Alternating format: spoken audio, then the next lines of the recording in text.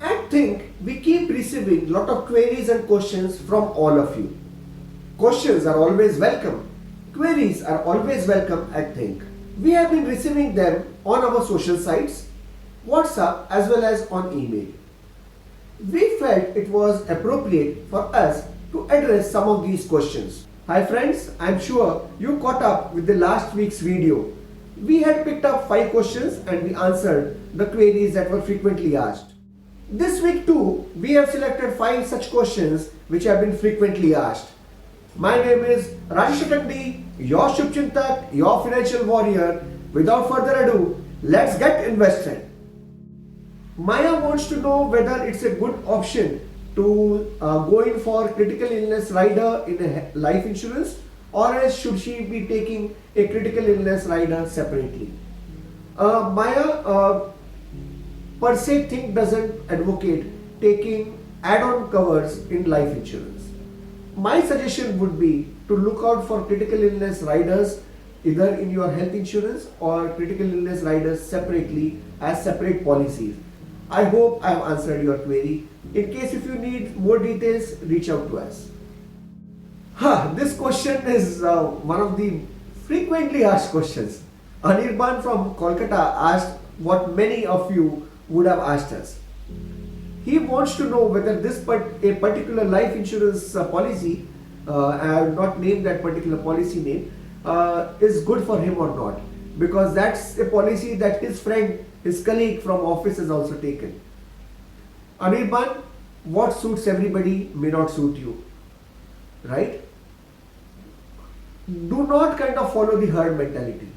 There are a lot of parameters that you need to look into when you take things and financial products, solutions for yourself. Your family size is different, your needs, your goals, your life goals are different than what your friend has. If that particular life insurance has suited him, it may not suit you. In case if it does, definitely go ahead with it. But then as I see that this particular policy is an endowment plan, it doesn't have guarantees also in it. I would recommend do look at term plan first than going in for these kind of plans. Do look at term plan, bolster your life insurance cover around you, and then think about all of these particular plans. Anirban, let me ask you a question. In case if I suggest you a mutual fund scheme, will that scheme be good enough for your friend as well? It need not be, because the scheme that I have suggested you is towards creating contingency. Whereas your friend may not believe into creating a contingency plan. What he needs is basically to create wealth. These two are different goals. Look at goal-oriented investments and insurances. What suits others may not suit you. I hope I have answered your query. In case if I have, do give this particular video a like, subscribe as well as share this particular video with your friends and colleagues. Moving on to the next question. One of the frequently asked questions is what is better, recurring deposit or SIP in mutual funds? It all depends upon your investment style. How much of a risk appetite do you have? But just to give you a general idea, recurring deposit has a fixed income, fixed interest rate, whereas SIP in mutual funds through either debt funds or equity funds will have some volatility in it. There is no such fixed return that is always assured to you in these funds. So most often we usually will rely upon the past performance and the future trends that we look into these schemes. My suggestion would be whether it's a recurring deposit or an SIP in mutual funds, always try and be goal oriented. In case if your goal is just in next 1 year, you could consider recurring deposit. But looking at the current interest rate in recurring deposit, you might also want to consider the debt mutual funds, SIP in debt mutual funds. This question is from Mr. Das and he isn't looking too very happy with the approach of the health insurance company. He is having some issue with the health insurance company in terms of his claim. So he is asking what does one need to do when they have some grievance related to the claims in health insurance.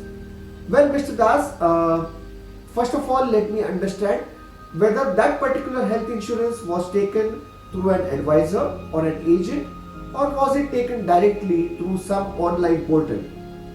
In case if you have taken through a direct mode, you may have to fend for yourself. That means you will need to coordinate with the respective health insurance company and try and seek justice from those particular quarters. In case if you have taken from one of the agents, then you will need to approach that agent to help you out. I will cite you an example where one of our clients had some grievance in the claim settlement. The health insurance company rejected their claim. There wasn't any error on the insurance company. It was due to some kind of a mistake created by the hospital authorities. The client came over to us after paying the entire bill by themselves, and we applied for reimbursement. We just asked for one particular thing. The client बहुत गुस्से में था. We just asked for their patience and that support. We did a proper follow-up with the hospital authorities as well as the insurance company, and we convinced the insurance company that the error lied with the hospital authorities and they did not mention certain things correctly. It took us close to 1.5 months to 2 months for the entire money to come back to the client. The claim was eventually paid, but this was only possible because the client stood by us. The client had someone to bank upon.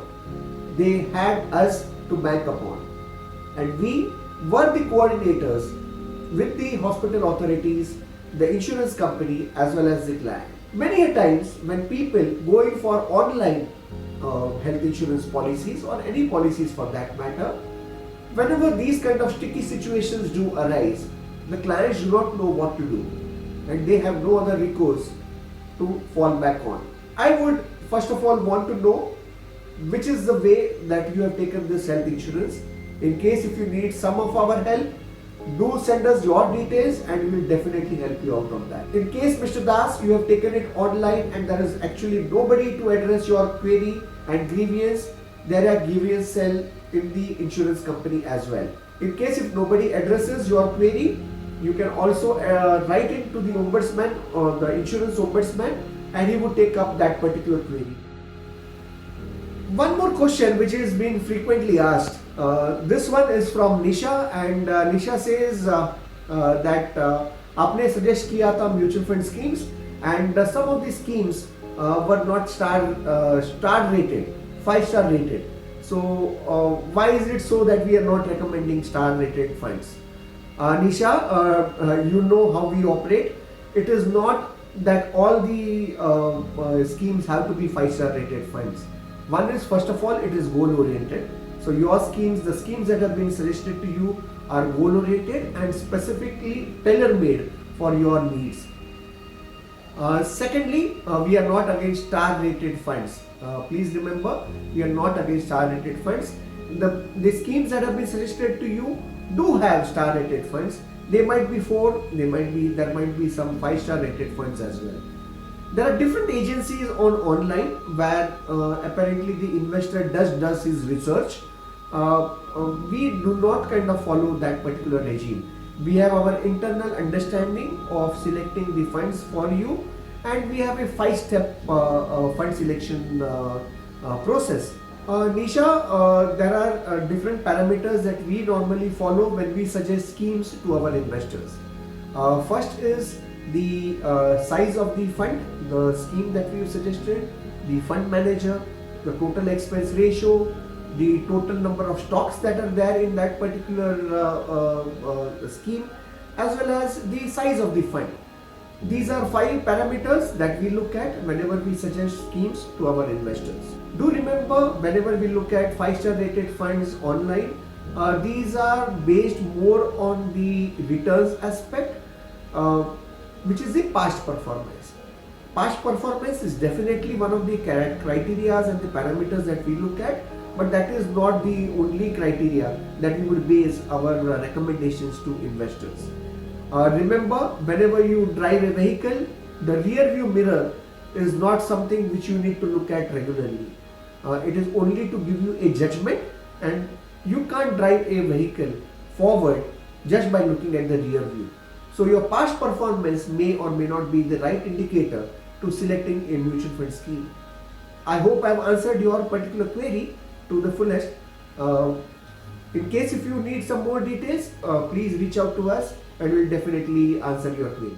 And these are 5 of the questions that we picked up for this particular week. I am sure you would have caught up on the earlier video as well, where we had answered other 5 questions. In case if you have some of the questions in your mind, do reach out to us in the email that are getting displayed on the screen right now, or on the mobile numbers that are getting screened. I have left the email ID, my social connects, as well as the mobile number in the description box as well. You can reach out through any medium that you feel comfortable. In case if you have liked this particular video, do give it a like, subscribe, as well as share to your near and dear ones, as well as your friends and colleagues. This is Rajesh Atangdi, your Shubchintak, your financial warrior, with the promise of coming next week with yet another video. Till then, Guru Gurvar.